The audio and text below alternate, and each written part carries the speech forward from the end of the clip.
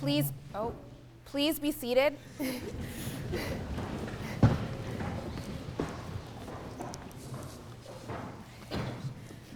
A lot of time and energy went into writing this chapel speech.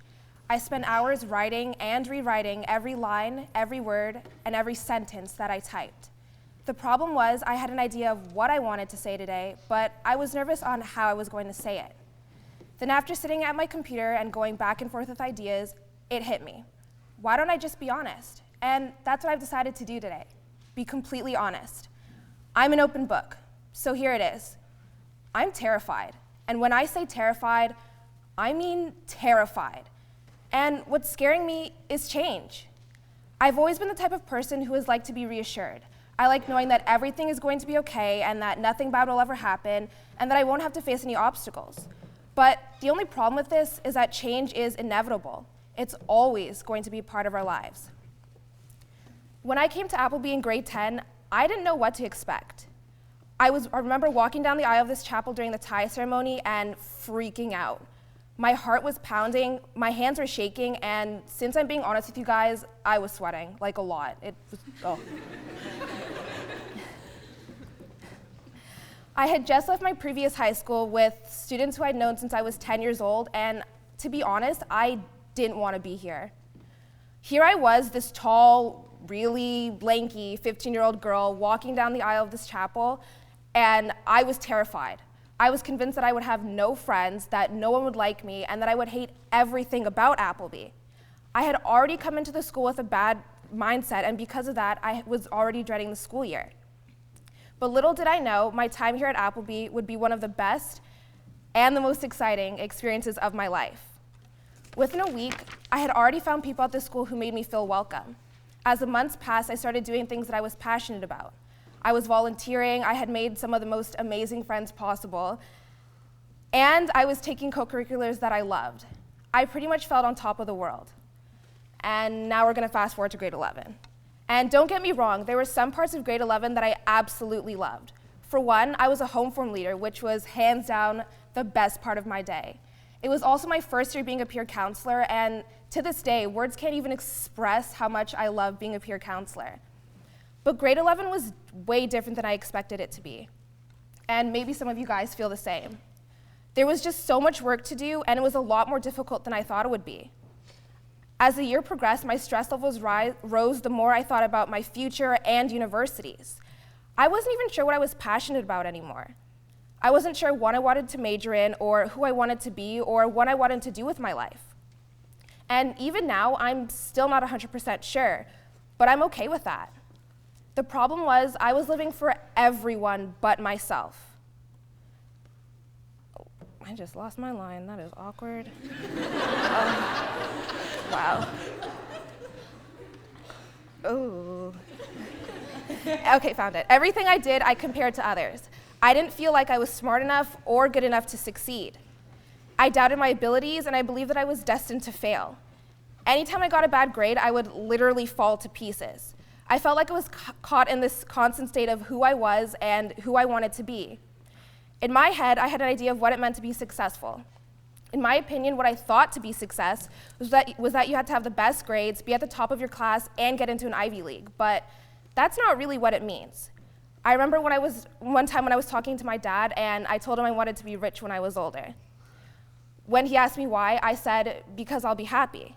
He then asked me why I wanted to get into an Ivy League, and I said, because I'll be happy. Finally, he asked me why I wanted to have the best grades, and if you haven't guessed it by now, it's because I wanted to be happy. See, to be successful, one must always be happy, and that might sound a little cliche, but it's true. To be happy, we have to stop comparing ourselves to others and start living for us. We have to surround ourselves with the people who make us laugh, and we have to do the things that we're passionate about. It really is that simple. And now that I'm standing here in this chapel, making a couple mistakes and having everyone look at me once again, I realized something. I'm not alone. I never was, and none of us are. Now, here I am in my last year of high school, and once again, I'm nervous. It scares me to know that this is my last year at the school that I've grown to love. It's my last year eating the Appleby food, and it's my last year wearing this uniform. It's my last year seeing the faces that aren't so unfamiliar anymore. So far, this year has been the biggest learning experience for me. I have a roommate and quad mates who I love, but they drive me absolutely insane. I have my fellow house council members that are all like sisters to me. Wow, I lost my line again, my bad. I don't know what's going to happen later on this year, let alone the rest of the day, but I'm okay with that. Well, at least I think I am. The point is, we're all going to have to experience change. Some of it will be good, and some of it, well, it won't be. So now I have a little activity for you all to do today, and it's something that my dad taught me to do when I get really stressed out. I want everyone in this chapel to close their eyes. Imagine something that you're afraid of. Maybe you're afraid of failure, or of hearing back from the universities, or of the game you have later on today. Whatever it is, I want you to think of it. And some of you guys are probably thinking, oh my God, Tomachi, why did you do this? Now I'm nervous, now I'm stressed, now I'm anxious. Good. I want you to acknowledge that feeling. Once you thought of the worst thing that can possibly happen, I want you to think of the best thing that can happen. Imagine getting an acceptance letter from your dream school, or crushing your opponents, or acing your test. Let all of those feelings of pride and of happiness comfort you. Now I want everyone in this chapel to take a deep breath.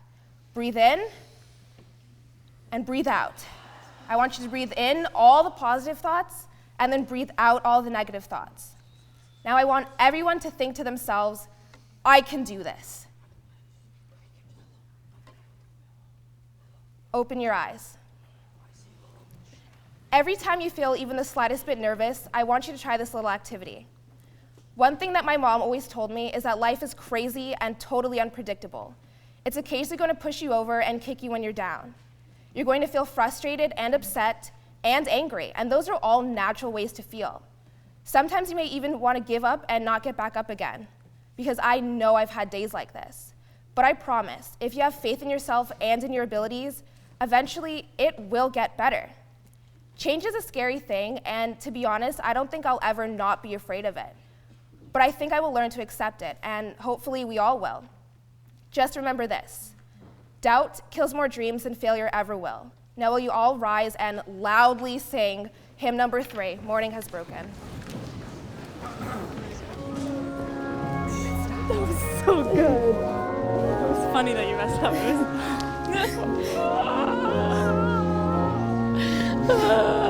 was